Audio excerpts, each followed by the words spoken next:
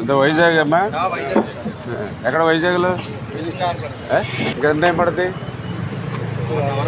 అవునా? ఇప్పుడు మామూలుగా వాటర్లో ఆక్సిజన్ సిలిండర్స్ ఒకటి వెళ్తారా? ఎవరు మీరేనా? ఎంత టైం పడుతుంది కట్ చేయడానికి? జనరల్గా ఇప్పుడు ఇది ఉందంటే హాఫ్ కింద కట్ చేస్తారా? వుడ్ ఐరన్ కూడా కట్ అయిపోతుంది దానికి. ఇప్పుడు రెండు కట్ చేసి ఉడికి పైకి లేపితే అంటే పైకి లేపుతుంటే ఉడికి అలా లేస్తుందా?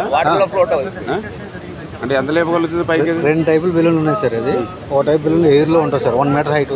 అంటే వాటర్లో లేపుతుంది సార్ సమానంగా ఉన్నాయి సార్. అవి ఫ్లోటింగ్ బెలూన్ మనం కంట్రోల్ చేసుకోవడం ఎలాగా? దాని నుంచి ఓస్ పైప్ కనెక్షన్ మన అదే ఆ కనెక్షన్ మా దగ్గర ఉంటుంది కదా. దగ్గర 17 టన్నులు ఉండేటువంటి కౌంటర్ వెయిట్ని విత్ ఇన్ డేస్లో మనం చేయగలిగాం. కానీ ఏదైతే వైఎస్ఆర్సీపీ కుట్రల్ని బద్దలు కొట్టడానికి ఛేదించడానికి మాత్రం చాలా సమయం పడుతుంది. ఏదైతే ఈ యొక్క ప్రకాశం బ్యారేజీకి అడ్డుపడినటువంటి ఆ పడవల్ని తొలగించేటువంటి పని నిన్న ఉదయం మొదలు పెడితే రాత్రి వరకు కూడా ఎన్ని ప్రయత్నాలు చేసినా కూడా సఫలం కానిటువంటి పరిస్థితి. అంటే ఏదైతే గతంలో ఒక పడవ దీన్ని అడ్డుకున్నప్పుడు కూడా ఎవరైతే బెకమ్ సంస్థ ఎవరైతే ఉన్నారో వాళ్ళే ఆ పడవని తీయడం జరిగింది. దానికి మించినటువంటి క్రేన్స్ భారీ వాహనాలు పట్టుకొచ్చి నిన్న పడవల్ని లాగడానికి ప్రయత్నం చేస్తే సాధ్యం కాల. ఏంటనేది చూస్తే ఏదైతే 3 బోట్స్ కూడా ఒకదానికొకటి లింక్ అయి ఉన్నాయని, అంటే మనం ఒక బోటుని లాగడానికి ప్రయత్నం చేస్తే దానికి మళ్ళీ వెనకాల ఒక 2 బోట్స్ని దాని కిందకి లాగుతున్నాయి. అంటే 3 బోట్లు అంటే దగ్గర 340 120 అంటే 100 నుంచి 120 టన్నులు కెపాసిటీకి అది 3 లింక్ అయి ఉండడం వల్ల మరి బయటికి రానిటువంటి పరిస్థితి కనపడుతుంది. అంటే ఎంత దుర్మార్గం అని అనిపిస్తూ ఉంది. ఎందుకంటే ఏదో ఒక బోటు వచ్చిందంటే ఏదో యాదృచ్ఛికంగా వచ్చింది అని అనుకోవచ్చు, లేదా బోటు వెనకాల బోటు ఒక 10 నిమిషాలు అరగంట గంట ఒక పూట తేడాగా వచ్చిందన్న యాదృచ్ఛికంగా వచ్చింది అనుకోవచ్చు. కానీ 3 పడవలు ఒకే లంకె కింద కట్టి రావడం, ఆ 3 పడవలు అంటే 40 టన్నుల సామర్థ్యం వల్ల 120 టన్నుల సామర్థ్యాన్ని పెంచుకునేటువంటి పరిస్థితి రావడం నిజంగా తలుచుకుంటేనే భయం వేస్తుంది. ఎందుకంటే ఏదైతే కౌంటర్ వెయిట్ని తాకితేనే కౌంటర్ వెయిట్ 2 ముక్కలైంది. ఈ 120 టన్నుల సామర్థ్యాన్ని పెంచుకున్నటువంటి 3 బోట్లు కూడా ఒక్కసారిగా సెంటర్ ఫిల్లర్ని కనుక తగిలి ఉంటే ఇవాళ ఈ బ్యారేజీ మీద మీరు నేను నిల్చుని మాట్లాడుకునే వాళ్ళం కాదు. ఈవేళ క్రిందంతా కూడా బంగాళాఖాతం వరకు కూడా కలిసిపోయేటువంటి విధంగా ఉండేటువంటి పరిస్థితి ఉండేది.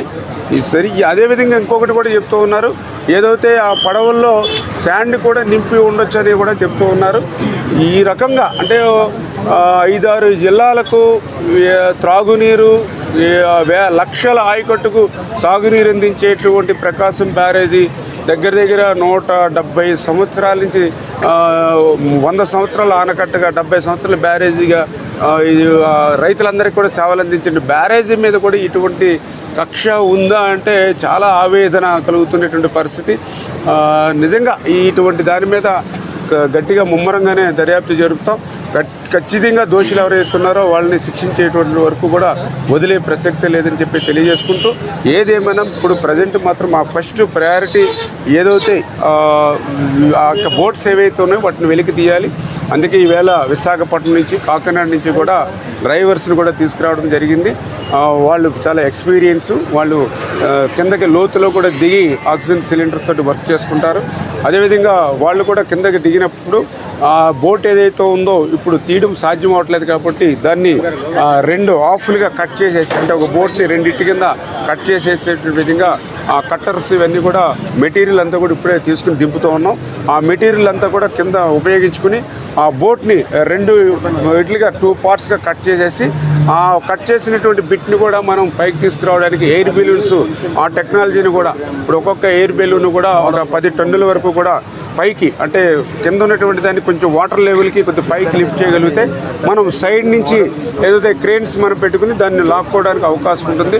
ఆ రకంగా 12 ఎయిర్ బెలూన్స్ అంటే దగ్గర 100-120 టన్నుల వరకు కూడా లిఫ్ట్ చేసుకునేటువంటి శక్తి ఉంటుంది. కాబట్టి ఇట్లా మల్టిపుల్గా ఇటు డ్రైవర్స్ని వాటర్లో దిగి కట్టర్స్ పెట్టి దాన్ని బోట్స్ని కట్ చేసి అదేవిధంగా బెలూన్స్ ఇవన్నీ కూడా ఉపయోగించి ఈరోజు సాయంత్రం లోపల వీటిని వెలికి తీయాలనేటువంటి ఆలోచనతో మన వాళ్ళందరూ కూడా పనిచేస్తూ ఉన్నారు.